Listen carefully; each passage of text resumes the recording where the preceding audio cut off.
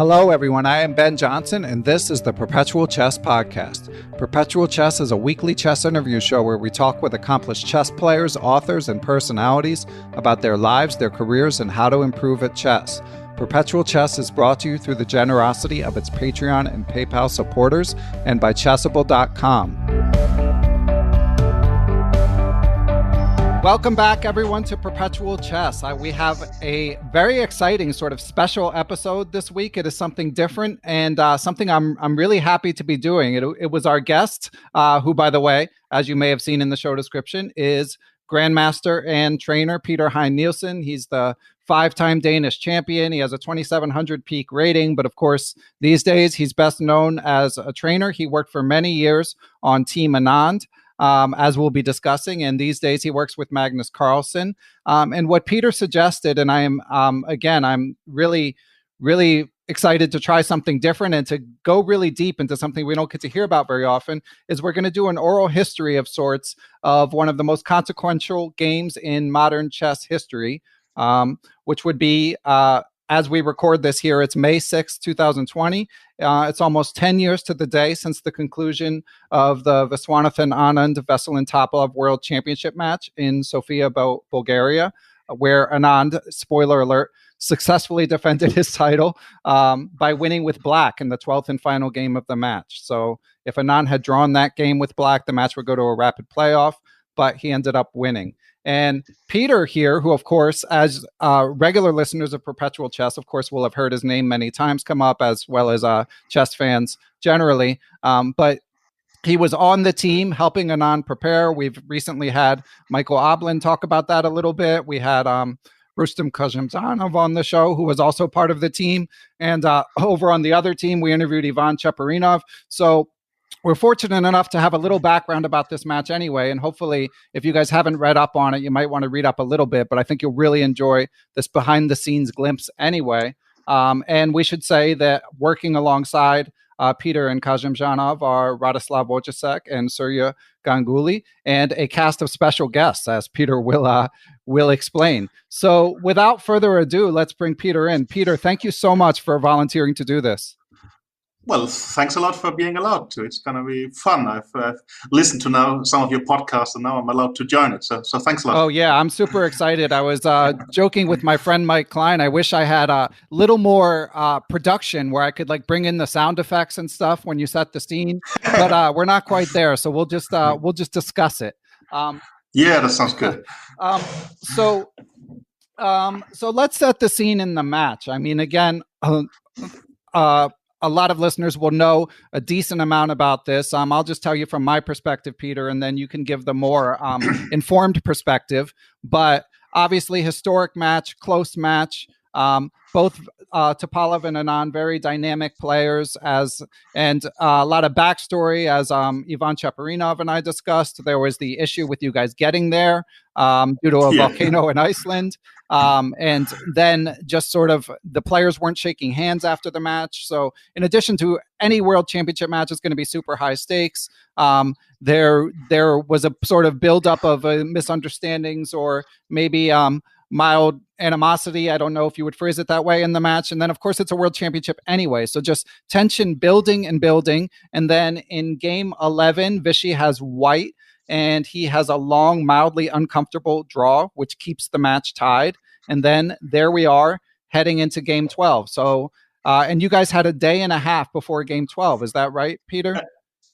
Exactly. Yeah, you're jumping into the right spot. Let's start from there, right? That game 11 has just finished. And normally, I mean, you play games of two pairs. So there would normally be a game after sort of 11, but it's exactly because it's the last game of the match, there is sort of an extra 3 days. So we have 36 hours to get ourselves together. But you're setting the scene correctly. The score is 5.5, 5.5.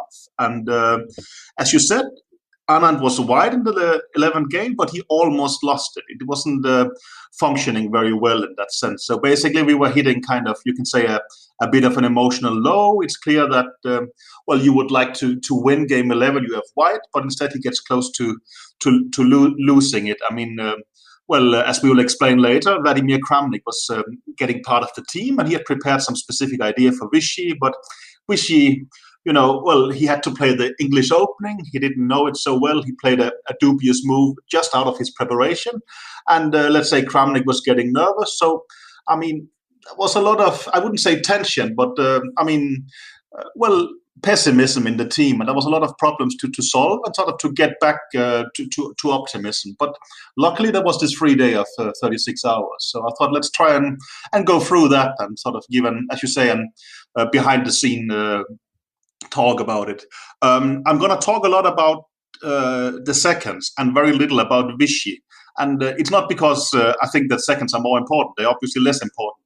That's just what I know something about. What goes on inside the head of Vishy, you will have to ask Vishy about. So, I mean, that's what we're going to spend the next bit of time on, I thought. Yeah, and of course, for Vishy's perspective, I highly recommend reading Mind Master. He does talk about this match a little bit. One quote that stood out to me was he says about this match generally, not this moment in particular, but he said, "It wasn't fun like it was in Bonn. Here we were miserable."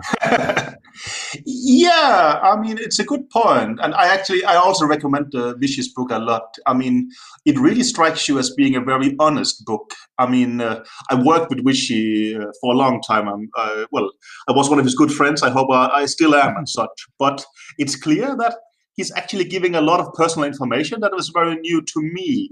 And I think it's the kind of, you can call it memoirs. I mean, Vishy hasn't quit, but he's not trying to become the world champion anymore. So he's basically speaking freely. And that's extremely interesting, because else you will try to keep your, cards closer to you and not really give away your weaknesses. But he's talking a lot about helplessness and how he felt at times and such. And that's very interesting. But when Vishy says that, Sofia was tough, but Bonn was a pleasure, there is some truth in it, but also some, let's say, untruth in it. I mean, we're going to talk about game 12 here. And as you rightly said, everything is at stake. Vishy wins it, he wins the match. If he loses it, he loses this match. So basically, I mean, a ton of money, but also, the world champion title, etc., is at stake.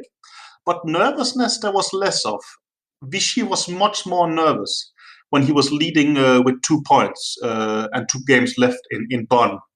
And that might sound insane to you, but I think it's sort of, at that stage, you have everything to lose. I mean, I don't know if you remember, but Vishy was leading with 3 points, but then he lost a game with black. That can happen. But then you have only 1 white game left. And should you accidentally lose that, suddenly there is 1 game left, you're black, everything can happen. And you're going to throw away the best results of your life.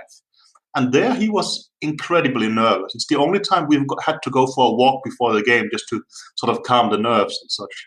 While here, it seemed like, okay, you win or you lose, but it's a normal result. And we were trying to get ourselves ready for battle. So, I mean, this idea that, Sofia was a walk in the park and a pleasure, while Sofia was Bonn, while Sofia was extremely tense. It's true, but not fully. I mean, I think this idea of, being so close to actually losing a great result in Bonn felt devastating. While in Sofia, I think we felt okay, it can go either way. Let's try and do our best and see how it goes. Yeah, and one thing we should be clear about is Bonn, of course, we're referring to the 2008 World Championship where Vishy defeated Kramnik. So then here we are in Sofia, and you mentioned it's it's obviously a tense moment heading into game 12. And it's been a nervous match, but thinking back, Peter, to 10 years ago. So as soon as his first game is done, what's your immediate thought? I mean, Vishy sort of has alluded to, being happy with the draw as black, being the amazing rapid player that he is. Was your mindset that a draw was the primary goal? Well, that would obviously be a good result, but I think it comes along as having the black pieces. Also, I think in that match, White had won 4 games and Black had won none. So, I mean, this was a match where White was completely dominating. So that was clear to us, especially also, we basically felt our opening repertoire was being crushed. Let's say in the match when Vishy became the world champion in 2007 and also in the match in 2008 against Kramnik. I think we felt that technologically we were ahead of the opponents, and that I think also has been confirmed afterward. We thought we were better with computer technology and had better computers and such. But in Sofia, we got some surprises, and I think during the match we realized that they had access to much more computer power than us, and we basically started doubting our opening analysis. Or, well, I wouldn't say we doubted it, but we had this, at least we had a talk and thought that, well, I mean, let's say they play some opening variation in a game. If we actually want to repeat that line, well, we are basically comparing who has the better computer, but we know they have the better computer. So we had decided we have this strategy of jumping around and surprising constantly. But that meant that, well, it was a good strategy, but we completely ran out of ideas. And, well, before the match, we had prepared the Slav and we prepared the Grünfeld, but Topalov was punching big holes in it. So, I mean, we basically had no ideas of what to do. And I think even before game 10, we had some talks, and well, we had it actually before every black game, and didn't really know what to do. And it was more sort of, it was not that we were choosing things out of pleasure, but more we were discarding things and looking what was left and such. And no, Kramnik was a big help of breathing some life into it, but even his resources came to some sort of a halt. So, well, before game 12, I think Vishy took the decision just to say, okay, it's going to be the Queen's Gambit decline, and let's try and work for scratch. So we have like 36 hours to get that going. But I mean, Vishy describes it in his book that he just took the decision himself, like he did before game 11 in Bonn, basically to rid us of the burden. I mean, well, you can imagine that if there is a lot of back and forth, should we do this, should we do that, then 1 second will say one thing, one will say another, there will be a lot of friction in the team. But if Vishy takes a big decision like that, well, then it's done, and he takes all the responsibility. As I remember it, we were a bit sort of advising it well, but I think everyone was so tired of looking at the Grünfeld or the Slav at that point that we were just very happy to have to do something else. And I mean, so, well, but it's also an easy decision to say, now we do it. Then the point is actually doing it, and that had ups and downs, to put it mild. But I think we were basically desperate, and we were out of ideas. So we thought, okay, we're going to do this, and then we'll do our best and see how it goes. Yeah, I mean, and just mind-boggling, obviously one of the biggest games of Vishy's career to basically, and he was not a Queen's Gambit decline player normally, correct? Not a lot. I mean, of course, he's played it a bit, and I think it's an opening he always had respect for, and well, also jumping a bit ahead. I mean, someone like Kasparov will say, okay, this is the opening of World Champions and such. I mean, it has a good reputation. It has never really collapsed. You can also see in a later World Champion match, Caruana was playing it against Magnus with quite some success, getting a solid position. So, I mean, it's an irrefutable opening. So if you have to sort of flee somewhere, at least you can expect that that's going to work. But of course, I mean, well, as you know, Vishy, at least in the later stage of his career, wanted to be a perfectionist. I mean, we spent months preparing, and then we end up that before the absolute most important game of all, we sort of sit down and think, okay, what are we actually going to do now? And we try to invent something from rather scratch. But I think also that's how matches develops. And well, at some point you run out of ideas and you have to react to that. And well, it was an interesting experience, at least. Yeah, it kind of happened back to back with the English in game 11, and then but yeah, just for the more casual chess fans listening, I just can't emphasize enough how much I was struck in reading up on this match. I mean, obviously, openings are important at the elite level, but the extent to which it seems like you guys always have the sense that there's sort of a monster lurking behind any door, and it's dangerous to venture something new in a high stakes game. Yeah, I think it also depends on the players. I mean, I think, for instance, well, we said that Vishy was playing against Kramnik, and now he plays against Topalov. They are all three very theoretical based players. They put a lot of emphasis on the opening phase, and they like to prepare. So if both players want to make it a war of preparation, I mean, well, then you need tons of camps. You're going to have complicated games. you can also go in a different direction, as we saw with Magnus later. I mean, he beat Vishy in the match, just he kind of ignored the opening phase, and then he tried to outplay him later, and very successfully and such. So it's very stylistic, but I think at that point in sort of World Championship history, I mean, it was really an arms race where they will prepare for months for these kind of events. And, you also get a bit addicted to that. I mean, the good side was that we managed to help Vishy, become better in the opening, but it also creates some kind of addiction that it's difficult to sort of get rid of, and you start relying too much on your opening preparation and forgetting that you're the best player on the planet. And it has a flip side as well, I would say. Yeah, I wondered about that. I mean, obviously you would know better than I would, but it seems like, and this will come up later because I know you've alluded to a crisis point that we'll get to as we trace the timeline. But I wondered, I mean, the odds of any one position. I mean, obviously I know that you're someone who studies probabilities a lot. So even if you find one hole somewhere, the odds, like obviously it's risky, but the odds it actually shows up seem like they would never be that high. No, it's a good point that, and I think some of the younger players would do it like that. But for instance, Vishy is not that kind of guy. I mean, to actually go and play something he knows loses, I think would be very difficult for him. And that was really not how we were supposed to do things. I mean, there would be a lot of bluff, but we would call it, let's say, semi-bluffs in the sense that, you play some forced line. And let's say with white, it could be a forced draw, but you have some tricks and you hope that he will fall for them. I mean, many games preparation was like that. I think also after the match, we saw some of Topalov's lines, and they were exactly formed by the same thing, that they are very complicated line checks with the computer, and you're sort of trying to catch your opponent. And you are completely aware that the line is a draw, but you don't care because it's very difficult for the opponent. But sort of to play things that actually is losing, I don't think is really Vishy's style. And if that was what the question you were saying, but I think you are sort of, going into the right question, because the quest we had to do for this game was that, we want to prepare the Queen's Gambit. But the Queen's Gambit is maybe, let's say, relying on 4 pillars. I mean, there is the Catalan, then there is either the Nimzo Indian or the 1 d5 mood order.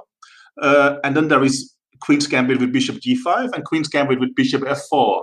And I guess your question is what happens if 3 of them works, but 1 of them is crashing. Right, or even deeper into the variation tree. Yeah. But no, but that's basically what happens. I mean, this night we're going to talk about, we were completely obsessing about some position, between move 14 and 16 in some line. And you're completely right. It had absolutely no relevance for what's going to happen.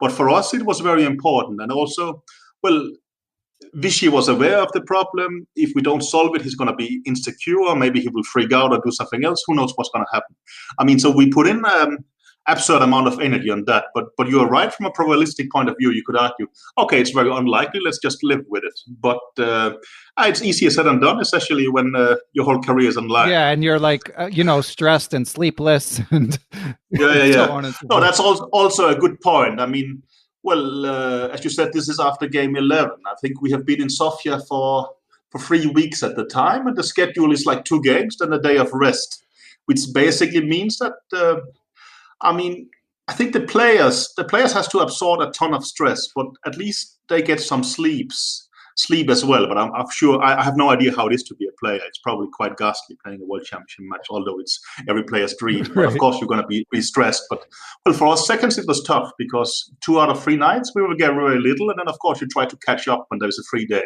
But you're basically turning into zombies, like an event like this and such. And I think I recall one night I saw Kasparov drinking some kind of extremely weird fluid, and I asked him, what is that? He said, it's a banana schorle.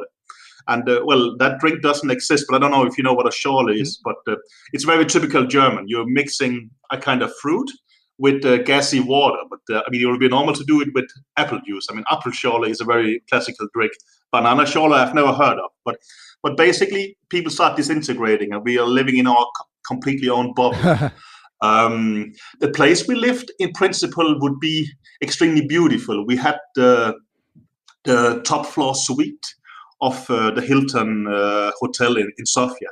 I assume it doesn't get better than that. I mean, you can imagine a huge sort of 4-room apartment. Normally, it would be very luxurious. There would be a bar. There's a spa area and such.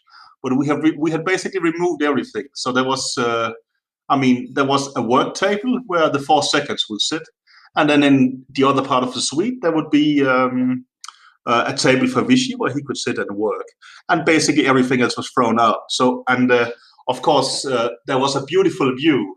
But, sunlight will get into your computer screen, so you will draw all the curtains. I think there is a couple of pictures where it looks like a very bad basement, but it's actually the top suite of the Hilton. But, World Championship matches tends to have this kind of effect that somehow, you try to lock yourself in. And I think it was a very good strategy because, if we talk a bit about the sort of the situation that Vishy is playing abroad, he's playing in Sofia.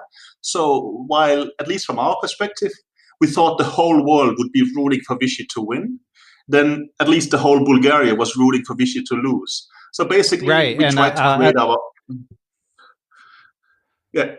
we tried to create our own bubble, also. And Vishy basically had a rule of sort of, to check internet. Well, maybe it's necessary for us. For instance, we need to know game comments. Maybe there is some comments about the opening, but to listen to rumors and chess politics, he tried to cut himself completely out of. So basically, we were trying to create some kind of bubble, and we did that in a sort of basically physical sense, basically sealing ourselves off from the rest of the world for good and bad. Okay, you've done a good job setting the scene, Peter, of just how tense felt.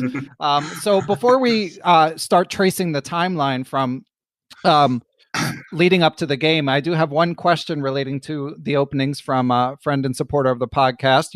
And a fellow Dane. I am Kåre Kristensen. So okay. So he asks. He says, "Did the much frightened supercomputer, which Team Topalov were supposed to have access to, but in fact it didn't work, as Cheparinov mentioned in his Perpetual Chess interview, but which you guys didn't know for sure at the time.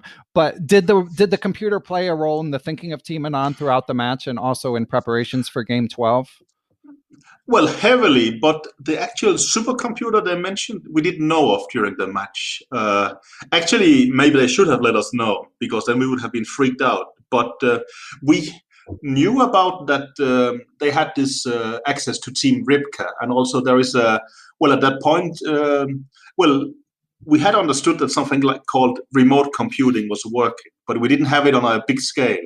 And they had access to quite some more remote computing than us. And we were reading some online forums, but especially, in the 2008 match, we were in touch with Team Ribka. But in 2010, they suddenly went silent. And I think we realized that there is 2 buyers for Team Ribka, and as it wasn't us, it was them. Right. So I think we kind of understood it, and I think after game 2 or 3, we sort of decided that basically, okay, let's not make this a match of sharp preparation.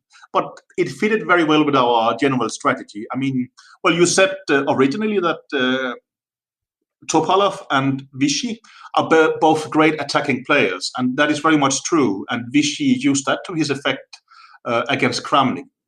But our point of view was that Vishy is a global, universal player, while Topalov is more sort of, one-way, full speed attack. So our idea was anyway to take him, out of this attacking mode, and we wanted to play solid openings, and we wanted to minimize the effect of opening preparation.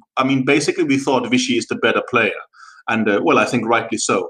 So, and a strategy that wants to take out sort of the effect of preparation, also to the same effect, is trying to minimize the effect of the supercomputer. So it kind of fitted to our strategy. I think we just decided to take it even a step further and simply, we were always trying to, force Topalov to think on his own, force him not to show all his computer-prepared lines. And, sometimes it worked, sometimes it didn't, but that was very much the thinking. Okay. Okay, so Peter, I want to get into the nuts and bolts of tracing the events, but first we're going to take a break to hear from our friends at Chessable. Listen up, Perpetual Chess listeners. I've got something great to tell you all about this week from Chessable. None other than world champion GM Magnus Carlsen is releasing a course soon, and he's got a free preview available right now on chessable.com. It features a 27-minute video going over a wild win of his against Super GM Li Chao. In addition to the video, there's a trainable quiz from Chessable based on Magnus games. And by the way, GM Peter Heine Nielsen, who you're hearing in this interview and is Magnus's trainer, helped design the course. So once again, the lesson is totally free, and all you have to do to see it is go to chessable.com and check it out. Okay, so Peter, so you've got, once it's up, Vishy decides he's going to go for the Queen's Gambit decline to the Lasker variation when possible. So what's the next step from there? You guys are assigned specific variations and each sort of work on your own, or what happens next? I think actually, first of all, we tried to get a lot of sleep because there was exactly this free day before the next game. So I think the decision was taken after game 11. And then we thought, okay, now there's going to be a lot of sleep. And then we start working the next day. But, I think we were also trying to activate our sort of helpers and get in touch with them. I mean, basically, you said it's the Lasker, but, you say the Lasker because that was happening in the game. But, there was basically like 4 kind of areas. But, I mean, in some of them, we had some ideas what to do. In others, we were completely blank. So it was a matter of trying to shake as much information we could from the sources we had. And that was basically stage 1, to try and make sure that also these 4 directions was basically kind of solved. I think one of the directions was the Catalan, but we had prepared the Catalan with white ourselves. So that was by far our least worry. But then we had to fix 3 other kind of things. And especially Kramnik, as mentioned, was basically already integrated in the team. So the first thing we were doing was to get to Kramnik and try to get as much possible info from him for sure. But also Kasparov, Magnus, and so on. I don't know if we want to do them sort of separately, what your plan is. Yeah, I mean, well, let's dig in. I mean, again, this is something that's sort of become more commonly known as the years have gone on, especially with the recent literature about it. But so how did Kramnik's help come about? And what do you think his motivations were for helping you guys so much? Yeah, Kramnik basically sort of offered his assistance, I think, after game 3, if I remember correctly. He just got in touch via email. I think Kramnik has realized that, we were playing the Catalan, we were playing the Slav, which was his openings against Topalov. And he basically got in touch via email, I think, to say that, actually, why don't I help you guys? But I think, as I said, basically, we saw it as the whole world was rooting against Topalov. And I think that's the right phrase. They were not ruling for Anand. They were against Topalov. And I think, if you remember, Kramnik beat Topalov in a match, but then lost to Anand the next match. But the Kramnik-Topalov match was basically, it was extremely exciting, but it was horrible in the sense of tension. Kramnik lost the game without playing, and there was this toilet gate. And, there was a lot of fighting going on afterwards. So Kramnik obviously really disliked Topalov, and I think, he just, he would rather be the world champion himself, but seeing Topalov as the world champion again was just unbearable to him. So he basically just wanted to help Vishy as much as possible. And he basically, sent us an email, maybe I can help you. And, we thought, we discussed it briefly, but I think everybody thought that was just a great idea. Yeah. So, he integrated as a full team member. Of course, in the beginning, maybe it was a bit more sort of, we were testing out what is his motivation. Is he trying to get info from us? But it was clear that he was sharing a lot of stuff. But in the beginning, we didn't treat him as someone we trusted fully. I remember that I think before game 4, he had shown us some interesting ideas in the Catalan. And we thought, that's very interesting. Thanks a lot. And then Topalov played exactly into this area, and we played something else, and we hadn't told Kramnik. So he thought, okay, what is this? I mean, I give you great ideas, and you don't play them. We're just trying to collect info or what. And we told him, no, actually, we had prepared this, and, we are sorry. But we started to share more with him. And also, I think we shared some things about technology. And I think in the beginning, also, we were not giving him the full truth. And we thought, okay, this is ridiculous. He's helping us. Let's, just share everything with him we do.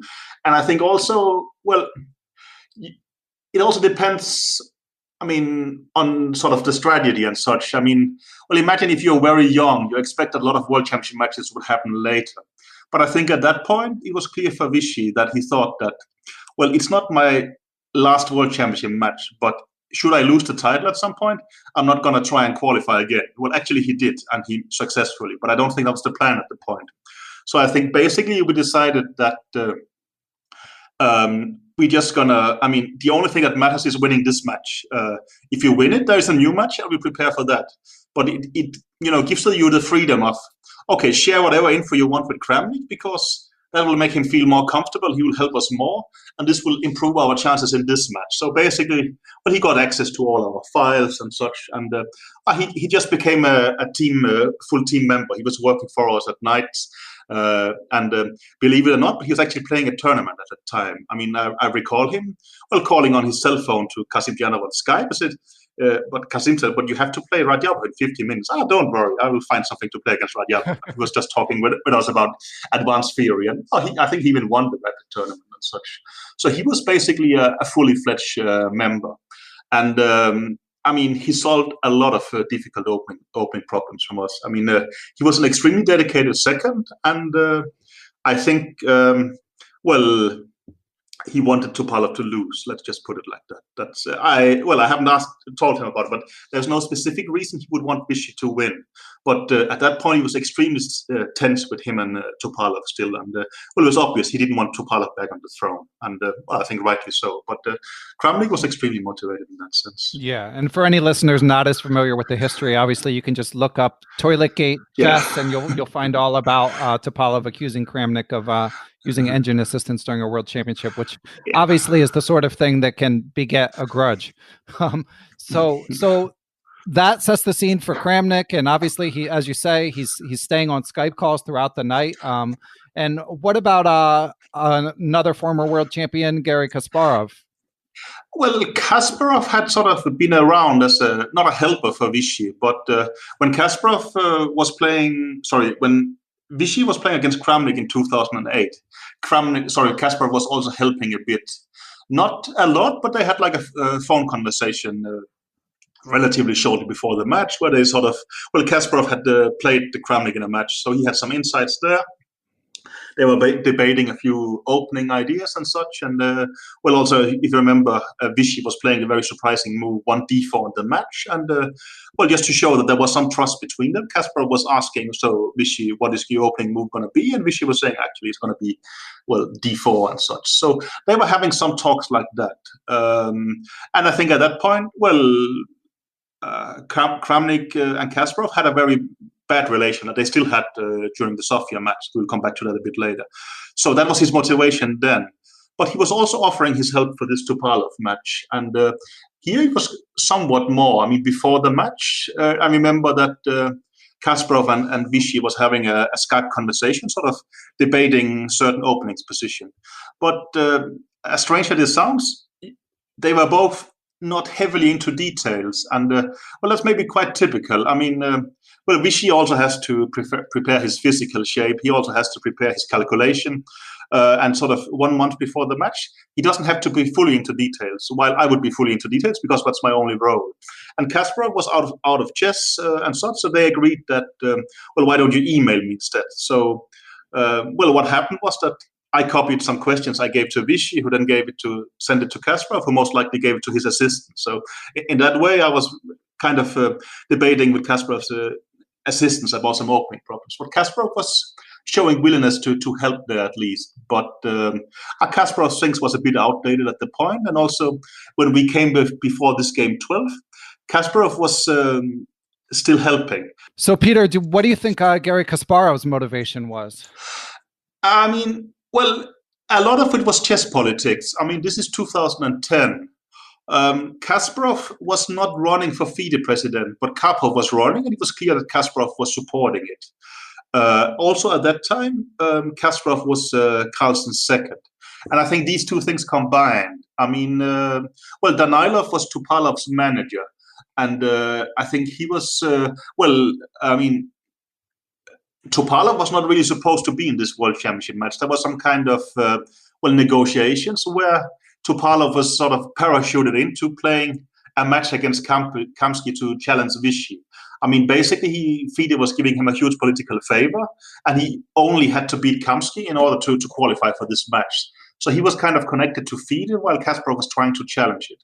Secondarily, I think that as Kasparov was Magnus's coach at the time, well, he was hoping Magnus would be the next challenger. And I think because of that, it was important for him that Vishy would win. Not that he thought Vishy was an easier opponent in any way, but should Topalov win, then with Danilov at the sort of potential FIDE leadership, it might be very difficult to sort of get good conditions for a match, or maybe even they would try some shenanigans. It was very typical at the time. While with Vishy, he thought that Vishy is chess politically rather weak. It's going to be easier, and well, they would just get a straight match, and he thought favored Magnus' chances there, I'm sure. So I think this was sort of, again, very politically, and especially as sort of Vishy is mentioning in his memoir, at least afterwards, Vishy got the feeling that Kasparov wanted him to endorse Karpov as the next FIDE president, and which Vishy refused to do. And then later, Kasparov was trying to help Gelfand for the next match versus Vishy, but that's jumping a bit ahead. So I didn't know that. No, I think, well, that was the story at the time, at least. But no, there was a lot of politics going on. I mean, well, there is always politics going around, but in 2010, it was very tense. And the match was happening, I mean, relatively few months before the upcoming FIDE elections and such. So there was definitely a lot of tension in that sense. But it's clear that Kasparov and Kramnik was very motivated to help. But the funny thing was that we really wanted both their helps, but also we couldn't tell Kramnik or Kasparov that the other one was helping, because then things would collapse, as you can imagine. Because, I mean, just to complicate things, they also hated each other. So it's basically some kind of weird triangle, right? And I remember at one point, I explained to you that we have this Swede, right? The seconds is sitting in one room, Anand in the other. And at some point before this game 12, I remember that Vishy was talking to Kasparov, and Kasparov was talking to Kramnik, and I could hear both conversation. I thought, okay, maybe they can hear it. So I quickly ran up and closed the door, because I thought, okay, the least thing we need is to, Kasparov starting to say, okay, I will help, but Kramnik can't help, or something like that. So, and well, also I had a conversation, I think, before we got Kramnik's help, where Vishy was saying, well, should I accept Kramnik's help, because Kasparov will maybe be upset about it? And well, I thought, he's going to find out after the match. And that was basically end of discussion. I mean, as I said, we are trying to win this match, and what happens afterwards happens afterwards. I mean, basically, okay, it becomes some kind of war thing. You are willing to lie or whatever you do. If they only find out after the match, who's going to care, right? But that was basically our two sort of world champions helpers. But Kasparov was more general. He was talking quite some with Vishy, and I think for Vishy, it gave some kind of confidence. I mean, Kasparov was the stronger player than Vishy in most of their sort of career when they were face to face, and I think he somehow got some positive energy for him. While Kramnik was delivering a lot of opening analysis to us, and he was also sharing ideas he hadn't used himself, but definitely would have been useful for him later. And I think he said something like, "Okay, I will just give you all my work, but the deal is if we don't play it here, I will have the chance to play it first." But basically, he was just, it was a huge resource. You can imagine that Kramnik was maybe the best prepared player in the world. And he was just, you said he was joining us on Skype, but he was also just sending emails with his files and such. So, that was a very interesting experience and extremely helpful, obviously. Yeah, and from what I've read, some interesting color earlier in the match with the Alista endgame. Yeah. That was a bit reversed. We thought the Alista ending was very good, but then Kramnik showed us all our problems. So, right. We got to a higher level of understanding, but we had a much worse opening. And but sometimes it's better to be, confident and ignorant than to be fully aware of the problems. But right. That was a different story. But at that point here, we had run out of things. But Kramnik was especially responsible for in the, it's called the Bishop F4 system against the Queen's Gambit declined. We knew the different systems, but we had no clue what to do. But Kramnik was sort of suggesting that, the system with Knight H5 was very undervalued. I mean, now it's one of the main lines, or at least it was at some point. And at that point, he was very fresh, and Kramnik had sort of, well, he had prepared it. He thought he was very solid, and he basically showed us all the points there. And no, I remember being very nervous about it, and Kasimjana was having a Skype conversation with Kramnik, and well, I was sort of sitting there eavesdropping, but they were talking in Russian, so I had no clue what they were talking about. But well, Kasim was sort of at some point just on a piece of paper was writing knight h5 exclam, and I felt much more relaxed because then I understood that. Well, as I said, there was like four kind of corners we had to cover, and this one, well, we needed some kind of idea, and Kramnik was basically giving us a tons of notes, and I mean, well, also Kasparov will suggest some moves, some ideas, but Kramnik would more give complete solutions. And what you really need at this point is to seal off some areas and say, okay, this we can actually live with. Let's try and move on to some other problems. And no, I mean, well, if we had to pay Kramnik, he would have been extremely expensive. But well, luckily he was working on spite. That's a huge, huge motivational factor. Right? That's funny. So I know you guys had some other people chime in via Skype or other, internet methods. So who else pitched in the day before the match with Magnus was always sort of not part of the team, but both in 2007 when Vishy won the sort of round robin in Mexico, but also in 8 before Kramnik, and now 2010 before Topalov, he would come by what is it called? The training camp in Bad Soden, where Vishy sort of have a small flat. He's actually quarantined there at the moment, if I'm informed correctly, and sort of play some training games. And well, it worked well for both parties. I mean, it can sound strange, but it was a good solution. I mean, well, Vishy needed someone strong to play training games against. And, well, you can play against some of the seconds, but, well, they're supposed to be weaker than you, and they were. And also they were heavily into the details of the openings. And what we really wanted to test is to, play the new ideas and systems we had prepared and see how they work against a surprised opponent. And there it was basically jackpot to have someone like Magnus, who is, well, he is a very strong player and stronger and stronger at the time. And, well, not so much into details and openings, so he would be very happy to come and play training games, and he will be surprised and he will fight the best. And like this, Vishy could start sort of feeling comfortable with his openings, and Magnus got some free information about opening free and gets to play some training games with the World Champion. And that worked very well. I mean, okay, in 2010, Magnus was maybe already the highest rated and strongest player in the world. So 2010, yes. So there, I mean, it was much more competitive in a way, and maybe we were a bit afraid of, well, what happens if Vishy actually starts losing heavily? Will he lose all kind of confidence? But I think the match was kind of equal. Also, it helped that Vishy was the much better prepared and such. And they stayed like 3 days together there, and they played chess in the day, and in the evenings, me and Magnus might play some computer games and stuff. But he was very friendly. But, well, during the match, I would also get a bit in touch with Magnus to get a bit of help, but not a lot. But I mean, before game 12, I think at some point, well, we had some kind of problems. And, well, especially at night at some point, well, Magnus had access to all Kasparov's opening notes. And somehow, well, Vishy would talk with Kasparov, but sort of to call him in the middle of the night to get him to check his notes. We couldn't really do. And that I was using Magnus for a couple of times. And but also, well, just on a friendly basis. But well, he was much less involved. The one who really cared a lot was Kramnik. And, well, McShane, as we will speak, but probably a little bit later, I guess.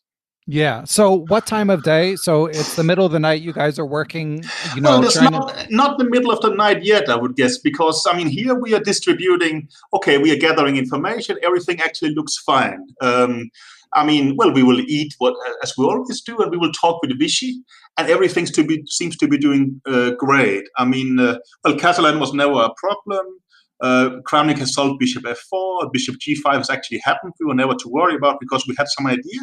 And then the only decision left was, should we play Nimzo Indian or should we play 1 d4 d5? And the choice was to play 1 d4 d5, and everything seemed covered. So, I mean, Vishy would leave us, I guess, around midnight, and the status would be that everything is actually looking good, and Vishy would go to sleep with, a good state of mind. Or, well, I say to go to sleep. I have no idea what he did. Probably he would go and watch a couple of comedies with Aruna, his wife, to sort of relax down.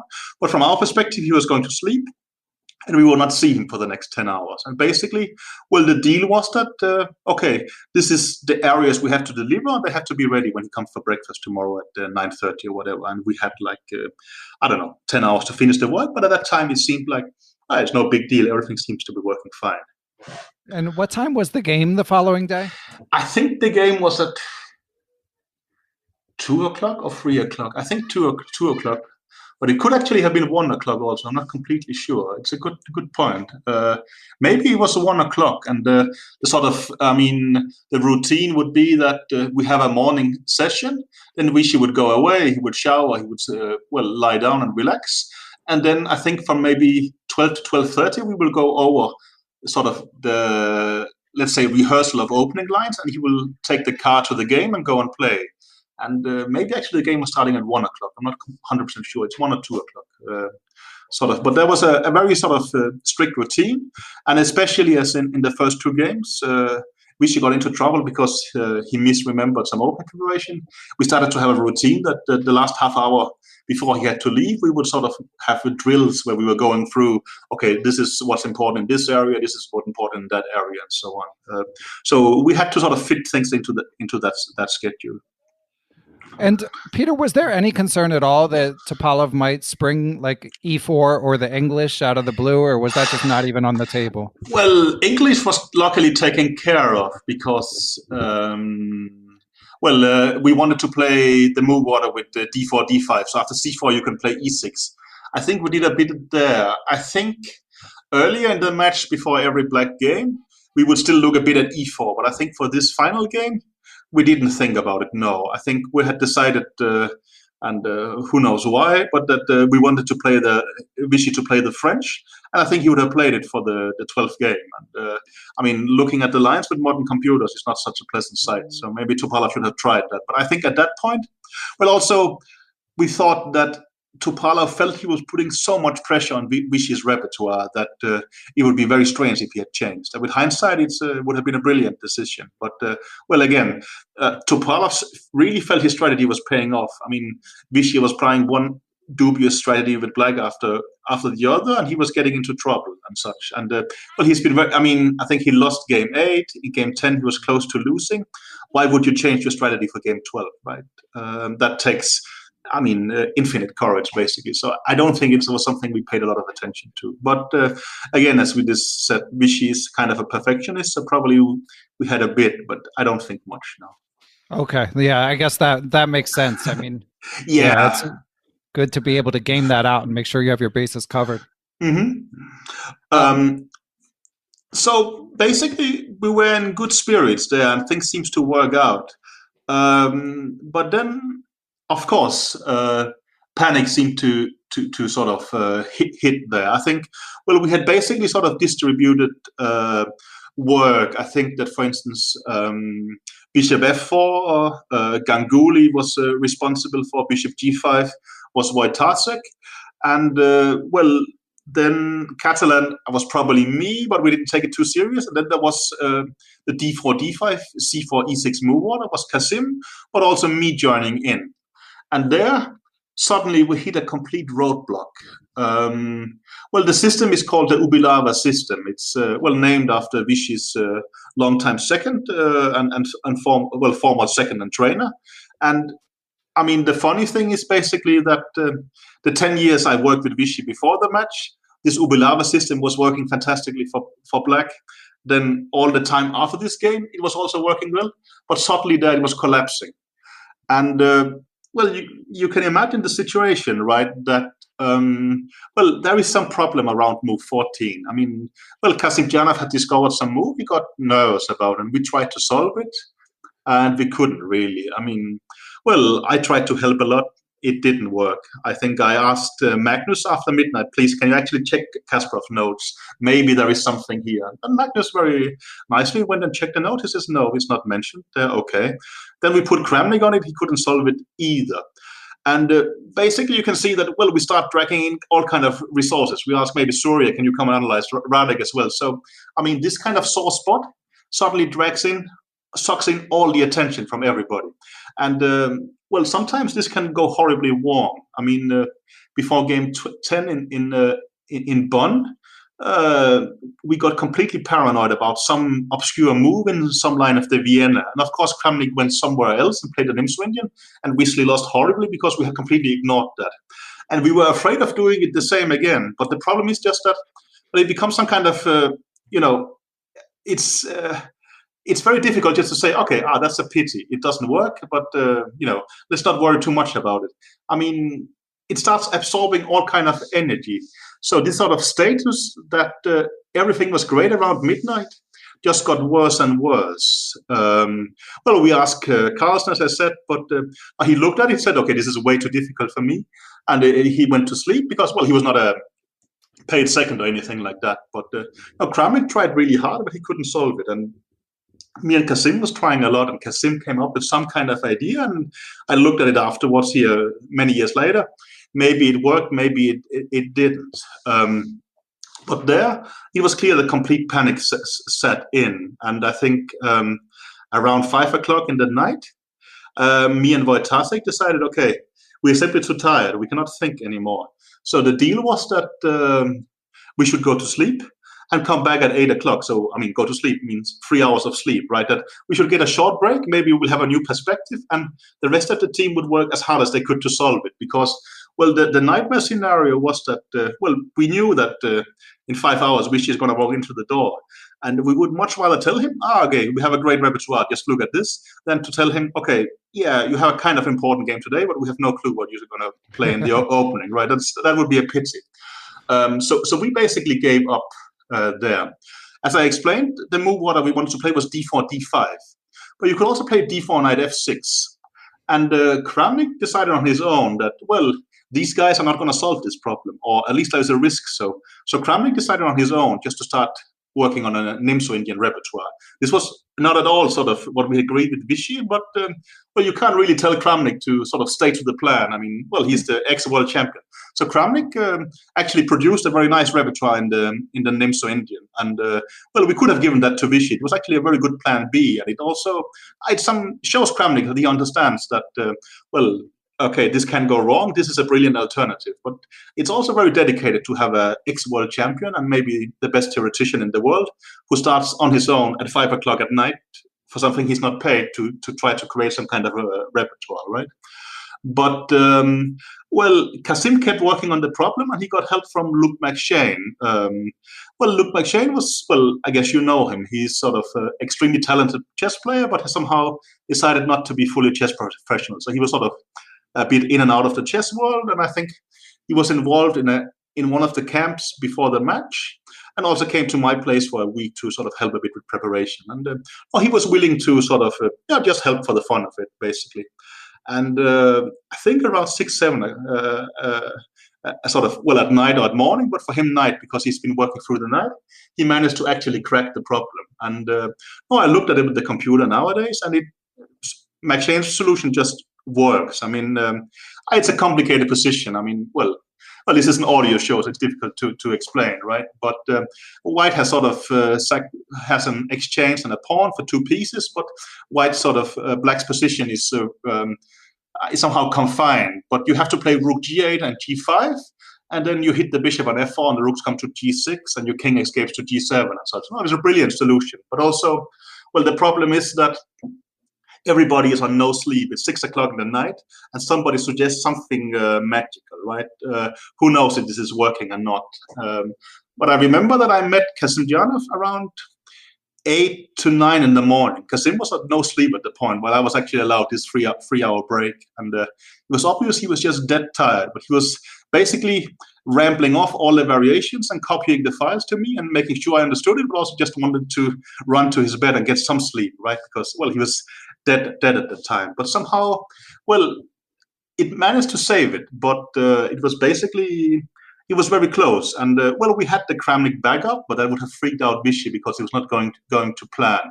So somehow Kasimjanov and especially McShane managed to solve our problems. And, well, they managed also to tell it to me. So I had like 1 hour from 8 to 9. I could sort of calmly sit down and copy the files, sort of knead them up, make sure that nothing was blundered, and put everything in nice to the file. And then, well, at some point, Vishy came in. I said, so how are things doing? He said, no problem, same status as last night. There's nothing to absolutely worry about, right? And well, we could sort of calmly explain him that, well, here you do this, here you do that.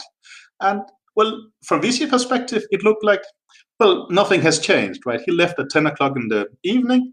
Then he came to me again next morning, 9 o'clock. I remember that, the hotel would bring their trolleys with food to the suite. So we would sit there and have omelette and drink orange juice and talk very calmly about things. But it was a complete mess, and people was basically in tears a few hours before because nothing was working and such. And I mean, we had the best resources you could possibly have in terms of human resources, but even sort of Kramnik couldn't solve it. And then McShane managed just in the end before we, had to present it to Vishy and such. So it was a very strange experience there. And well, with hindsight, probably, I mean, as you said, we completely obsessed about something that was not too likely to happen and such. But I think you lose perspective in these situations. And well, we had like 6 persons who thought that this was the most important thing in the world to sort of solve these kind of areas and such. And I don't know if we did, but it held up quite nicely. And then, well, we could basically go back to our old routines with that. Well, it was a normal game. We were, as I said, I was eating breakfast with Vishy, and then later Kasparov would have gotten her sleep to come back. So would Ganguly and such, and we would have our exactly normal routine. The game would take its course and such. But it was a very weird night, I would say, in many ways. But it's like one of those movie scenes where like the teenagers have a party while the parents aren't home, and then something like that. Yeah, it's true. I mean, no, it looked. You're right. Yeah, someone just managed to clean up in time. No, but it's, yeah. And I do think Vishy said in his book that when you briefed him in the morning that you said, well, there was a huge crisis, but it's fine now. Maybe also I was so happy it was solved, and I think I told him that you have a repertoire, but you actually didn't 2 hours ago. Right. And that was unprofessional, but I was just so relieved. But there was also, I mean, well, you can imagine, well, I tried to put a lot of pride in actually helping him, but at 5 o'clock, I just had no energy left in my body. So I just decided, okay, stuff it, I'm going to leave.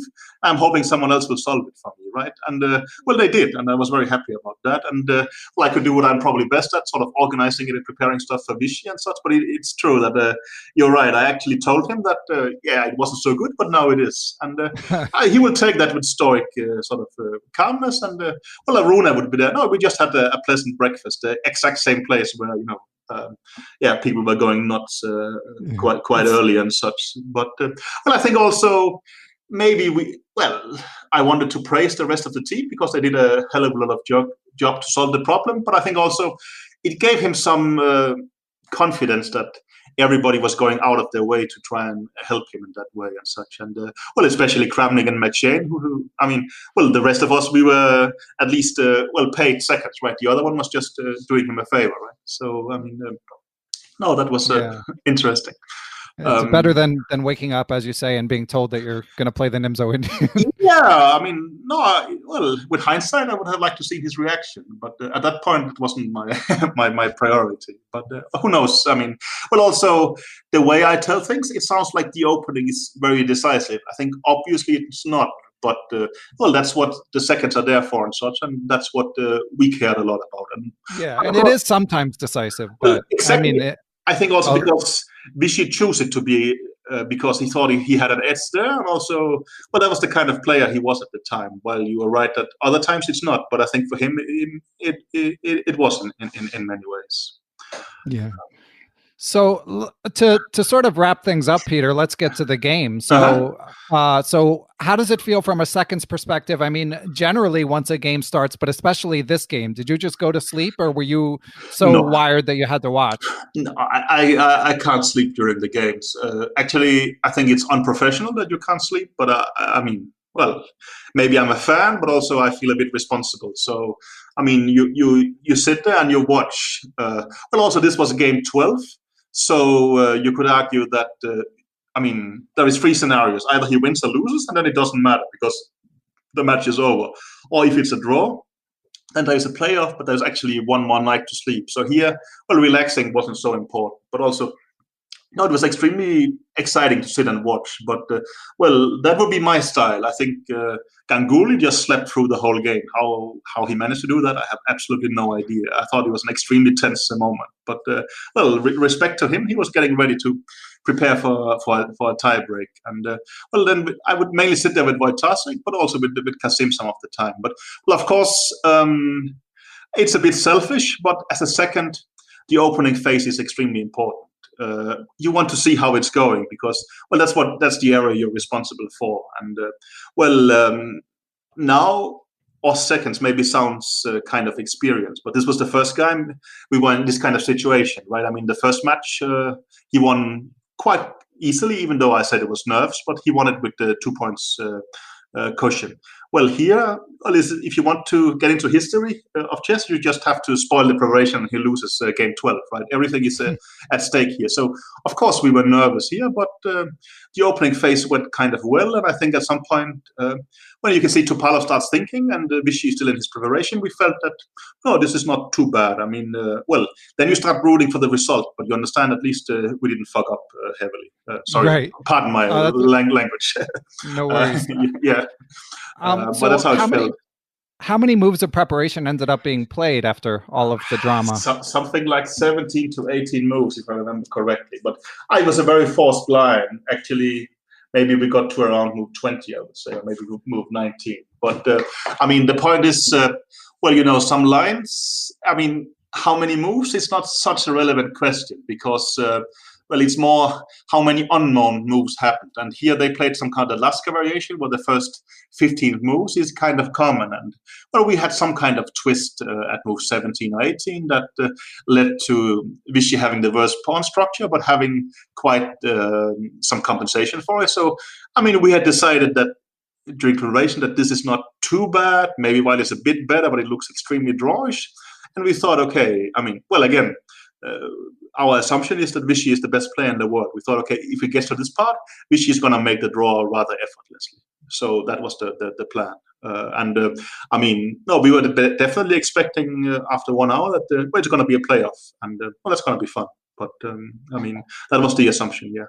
And you guys were fairly confident about his chances in a playoff? Well, that's how everybody was trying to perceive it. I think we just took it as, well, you're black, and we had suffered through with black all the match. I mean, well, we would rather that he won. He actually did. But we were just trying to escape and survive. I mean, to evaluate is Vishy had, 50% or 70% or 90% or whatever. I don't think that matters a lot for us. I mean, had Vishy been white, it would, well, you saw Magnus sometimes with, actually once or twice with white, play cautiously and make a draw because he was thought himself as a huge favorite. With white, you can start making strategical choices. With black, what can you do, right? Yeah. But no, it's true. I mean, Vishy was completely dominant in rapid. And I think we saw him as the favorite. But Kasimdzhanov had a good point, and I think still a valid point, that I mean, Vishy would be the favorite in any rapid match with Topalov. But this is not a rapid match. This is a playoff for the World Championship. It is something different. I mean, this is about nerves and, I mean, then it's a different situation. I still think Vishy would be the favorite also. Why would he have worse nerves than Topalov and such? But I think Kasim makes a very relevant point. Well, Kasim makes a lot of relevant points that it's not the same. I mean, just to talk about who's the best rapid player doesn't make so much sense here. It's about, who is up to the moment, who has the best nerves and such. And, I mean, that would be rather uncomfortable. I mean, well, you saw in 2012, Vishy actually managed to win a match in the playoff against Gelfand, but he wasn't the dominant rapid player that he used to be there. So, well, who knows what would have happened. But I think, we would have been happy to get a draw, but that was because he was black and because we had suffered so much in the match. Not that we thought that, okay, rapid, it's going to be a walk in the park. Right. Okay, just trying to survive. Yeah, basically. So I in my chess base had Geary had annotated this game, and he had a couple of notes about the opening. And from what I read, again, I can't remember if it was in Mind Master or the Anand files, but a young Geary may have pitched in a bit too before the match. Yeah, he was actually joining at some point, and it's a bit embarrassing, especially. Sorry, Anish, but I forgot which match it was for. That was for the Topalov match, right? Yeah, I think so. Yeah. No, he was there for a couple of days, but well, I think Geary himself on Twitter, that's where he normally communicates, right? right. Said that that his participation was a failure.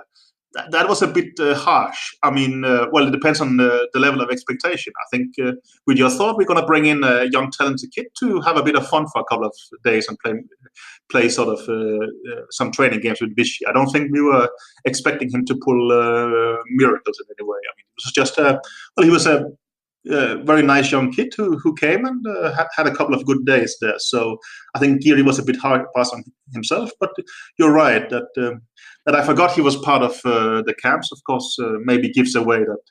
Well, he wasn't the one. He was not like Kramnik, who was solving all our problems and spending all his time. But he was not supposed to. Really, he was just a young teenager, right? Okay. So in his annotations, which I believe were written shortly after the match, although I'm not sure, but he mentioned that he predicted that it would be a Queen's Gambit decline. I don't know about publicly or whatever, but I think he just sort of game theoried out that would be a logical choice. But he also mentioned that Vishy ended up following a German correspondence game from 2000 up through move 21, bishop a6, and then at which point Vishy accidentally played a novelty. And a good one at that, Geary said. Yeah, that could be. I mean, we did have some inspiration. Actually, I mean, well, it was said that we never considered the Queen's Gambit decline before the match.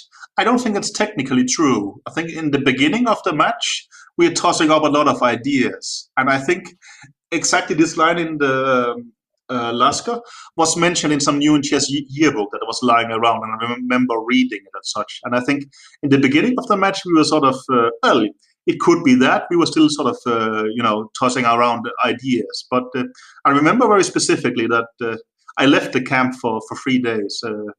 My girlfriend, now wife, is living in Lithuania, so I was allowed to go there for a short holiday. But when I came back, I was just told, okay, big news, by the way, we're playing the Slav. Okay, I mean, I made a note of never leave the camp, because then decisions apparently are going to be taken without you. But so we had a bit of work, and I think actually that included, there was some article in a new chess yearbook where we have spotted that this line kind of existed and such. And but I don't think we had any serious notes, and we basically started working from scratch on that. But I mean, well, we had noted it existed, but also basically, I mean, well, it's very hard to find something that hasn't been played by someone ever before, right? I mean, there is not billions of games, but tens of millions of games, right? More or less everything exists, right? So, well, you have to find something that suits you. But this line was very common sense, and it was a bit surprising Topalov hadn't prepared something sharper, in my opinion. But, okay, so I'm not to speak for GM Geary, but one could infer that when he says he accidentally played a novelty, he probably means that Vishy didn't even know he was following this game. Exactly, that could very well be. I mean, that you also see quite typically that someone, online commentators would say, okay, I mean, well, this move is not a novelty because it was played in the, Siberian Youth Championship 3 years ago. I mean, in the under 12 section, and no, that can happen, but it's still, I think, what matters if it's a novelty at top level or something like that. I mean, it depends, but I don't think we were following that game you mentioned specifically. I mean, I remember we had seen some games or this theoretical article by a Polish player called Grabarczyk, right? And we were following that. But okay, and then he ends up, of course, winning in a spectacular fashion, although with probably some help from Topalov along the way. Topalov could force a draw. I mean, well, Vishy was offering a repetition, and we really thought Topalov would take it. But I think, well, maybe his evaluation was different of Rapid. I mean, if, let's say Topalov maybe thought that, okay, I'm a huge underdog in Rapid, so let me try and force events when I'm white here in game 12. And well, that's a very viable strategy. I mean, Topalov has been a lot criticized for what he did, but it really comes down to do you like your chances in rapid or not? And also, well, Topalov played some very sharp moves, but I think afterwards he said he missed one move by Vishy. And if I recall correctly, well, that move by Vishy was winning, but had that move not existed, it would actually be very difficult for Vishy. Well, I mean, it becomes a bit weird, but you can argue that, well, it was not that Topalov took a bad gamble. The problem was that Topalov miscalculated and he missed one of Vishy's resources, and that made a huge difference. But even then, it was very, very sharp, right? I mean, well, I remember that I think when the time control was finished, people started sending emails and congratulating us, and well, that was obviously freaking us out, right? Because the match was not great. I mean, I think the same actually happened in Mexico. I think.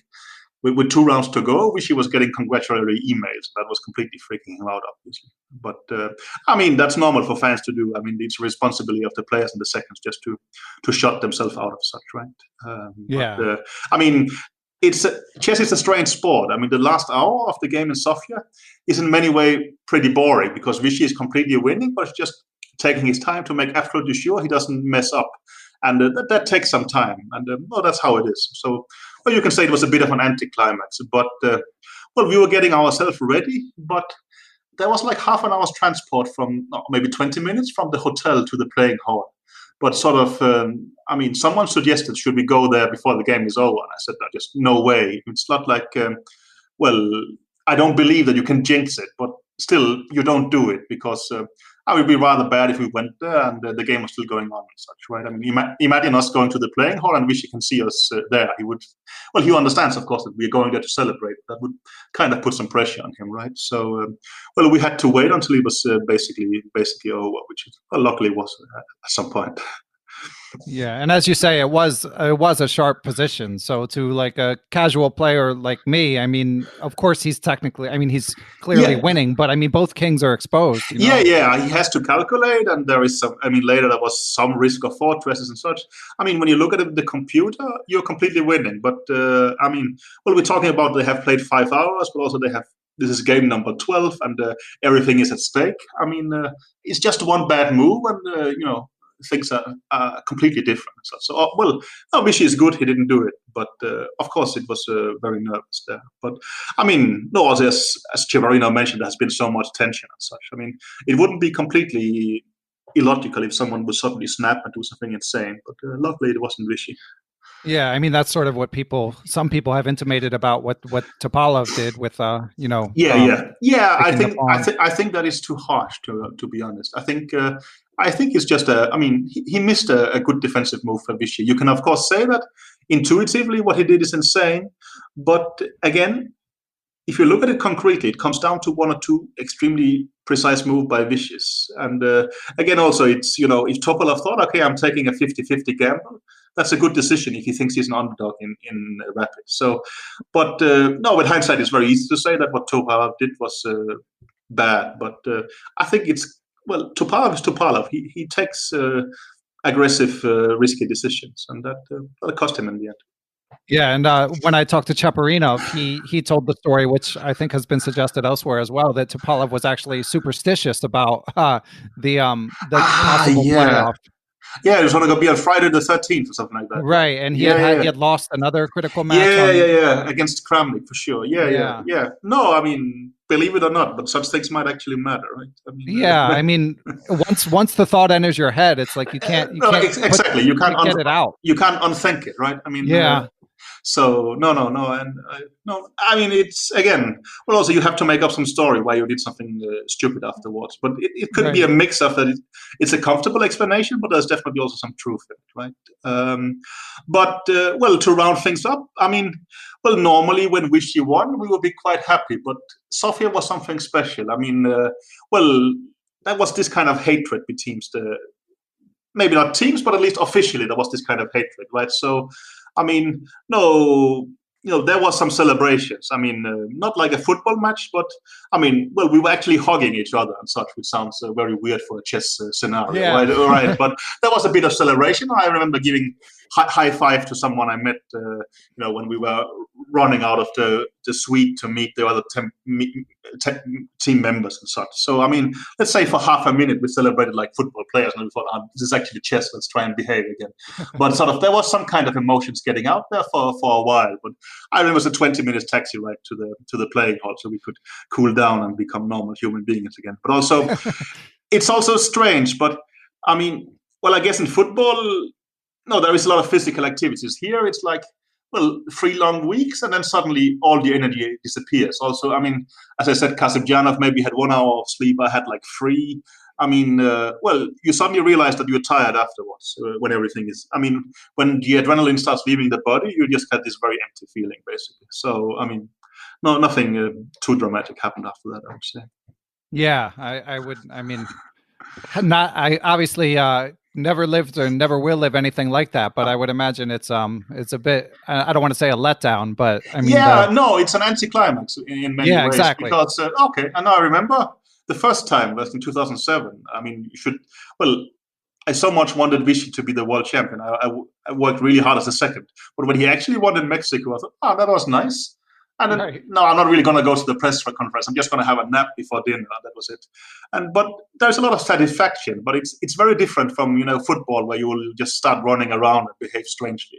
I mean, it's a different mentality, but I think also it's a different sport. Well, I'm not a player. I'm a second, so it's a bit different. But even the players, you see that they seem to act kind of, shake hands and smile a bit when they have won the world championship, right? So. Okay, well, Peter, congratulations on your team winning that match. Yeah, I think Anand won it, right? But it was very interesting and but also you can say it was pretty hard. So, well, we stayed together for one more match, but then somehow you can see Kasim is with Caruana and now and such, right? So yeah, you guys were too good to work together for too long. He got tired of me. I don't know, but well, you'll have to ask him about that one. Yeah. So, no. Okay, well, thank you. This has been an amazing glimpse behind the curtain, Peter. Yeah, you're welcome. It was, thanks a lot for letting me relive some memories here on the 10-year anniversary day off. Anytime, any world championship you want to relive, Peter, I'm here for you. Well, I hope there will be more memories to relive. Let's do that, okay? Yeah, let's start by just having a world championship, and then you can that would be relive winning it. Would be a good start. Yeah. Okay. Okay, well, excellent, Peter. And people can follow you on Twitter. I know you've been Follow Chess has been showing the games like as if they're happening now. Yeah, that's true. Yeah, so it's fun when you post the screenshots and comments. And yeah. No, I will probably post something for game 12, right? I think now comes this phase with draws, and then it suddenly is over there. So that should be fun, yeah. So good. Okay. Excellent. Well, thanks again, Peter. This has been a ton of fun. You too. Okay, take good care. Special thanks to my producer, Matthew Passy, and thanks to you all for continuing to listen to and spread the word about Perpetual Chess. You can spread the word on Twitter. Follow me. I'm at Beneficial1. You can join the Perpetual Chess Facebook group and continue the dialogue about each interview after it is released.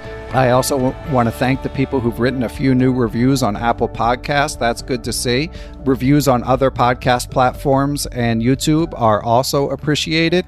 But of course, most of all, I would like to thank the people who provide financial support to the show, especially these days as a lot of our lives are in upheaval. We're stuck at home. There's work changes and all that stuff. So it means the world to me that you guys have stuck with me and even in some cases added new support in these crazy times. So thanks. I really appreciate it. For anyone who's able to support, it is the Perpetual Chess Patreon page where you can donate through PayPal if you go to perpetualchesspod.com. So with that out of the way, first of all, of course, I would like to thank the sponsor of the show, Chessable, and I also would like to give extra special thanks to the following people and entities for their support. They include Quality Chess Books, the Capital City Chess Club, the Apprentice Twitch channel, Andrew Bach, Austin Clough, Benjamin Porteau, Kathy Carr, Chad Oliver, Dan O'Hanlon, Danny Davidson, David Schreiber, I am Dimitri Schneider, I am Eric Rosen, Faraz Sawaf, Gary Foreman, Greg Nattel, Greg Shahadi, Guven Manet, Jens Green, John Jernigan, John Rockefeller, John Cromarty, John MacArthur, Kelly Palmer, Kevin O'Callahan, Lorraine Dore, Lucio Casada Silva, the law offices of Stuart Katz, Michael Can, FM Michael Oblin, Mike Zelazny, Moonmaster 9000, Peter Sodi, Reuven Fisher, Seattle Chess Club, Thomas Stanix, Thomas Tachenko, Todd Bryan of StrongChess.com, Todd Kennedy, and I also would like to give thanks to the following people and entities: Aaron Waffler, Ace Vallega, Adam Ralph of ChessEngland.com, Adrian Gutierrez, Alex Pejas, FM Andre Terakov, Andrew Perry, Aniti Deer, Better Chess Training, Bill Juniper, Bill Moran, Brad and Andy Rosen, Brett Howard Lynn, Brian Mullis, Chad Hilton, Dr. Charles Snodgrass, Chris Flanagan, Chris Wayne Scott, Christopher Baumgartner, Christopher Chabris, Chris Lott, Christopher Wood, I am Christoph Zalecki, aka Chess Explained, Coach J's Chess Academy, Courtney Fry, David Bleskacek, Daniel Gell, Daniel Ginsberg, Daniel Lucas of the U.S. Chess Federation, Daniel Naylor, Dave Saylor, David Crammerly of Chessable.com, Douglas Matthew, Dwayne Edmonds, Ed Daly, Ethan Smith, Ian Mason, I Am Elect or possibly not I Am Elect, Donnie Ariel Esquire, Fox Valley Chess Club of Aurora, Illinois, Francis Letarte Lavoie, Francis Tortoris, MD, Gary Andrews, Gary Lewis, Geert Vanderveld, Gerard Barta, Giovanni Russo, Hans Schut, Harish Srinivasan, Jacob Kovac, Jacques Pari, James Aspinwall, James Bonastia, James Murr, Jason Onfong, Jason Woolham, J.Deep Chakrabarty, Jeff Anderson, Jeffrey Martello, Jerry Wells, Jim Ratliff, J.J. Stranad, Dr. John Fallon, John Fernandez, John Fontaine, John Hartman of the U.S. Chess Federation, John Jeffrey, John McMurtry, Jordan Goodwin, Jose Rodriguez, Justin Gardner, Jen Shahadi, Joel Rocky, John Thompson, Grandmaster Josh Friedel, I am Kåre Kristensen, WGM Katarina Nemtsova, Kelly Palmer, I am Kostya Kovyutsky, Krishna Gopala Krishnan, Kyle McAvoy, Larry Wrightforth, Laura Belyovsky, Martin Knudsen, Matthew Passy, Matthew Tedesco of SeattleChessMeetup.org, the Mechanics Institute Chess Club of San Francisco, Michael Allard, Miguel Araspati, Mike Clem, Mr. Mike Shahadi, Mitchell Fabian, Nate Solin, Neil Bruce, Olaf Mueller-Michaels, GM Pascal Charbonneau, Pasi Passanen, Paul Bain, Paul Clarkson, Paul Sweeney, Paulo Santana, Peter Lux, Randy Temple, Ricky Grijalva, Richard Hollenbach, Roy Yearwood, Ryan Berg, the Say Chess YouTube channel, Scott Dougherty, Scott McKinnon, Sebastian Finsterwater, Stefan Roller, WGM Tatya Vabrahamian, Tim Brennan of TacticsTime.com, Tim Seymour, Timothy Ha, Tom Edsel, Thomas Kolmanich, Tony Rotella, Tyron Price, Wayne Beam, William Brock, William Juniper, William Hogarth, William Peterson, FM Zhao Chang of Chess1000.com, and last but never least, Zhivko Soryanov. Thanks for listening, everyone, and I will catch you all soon.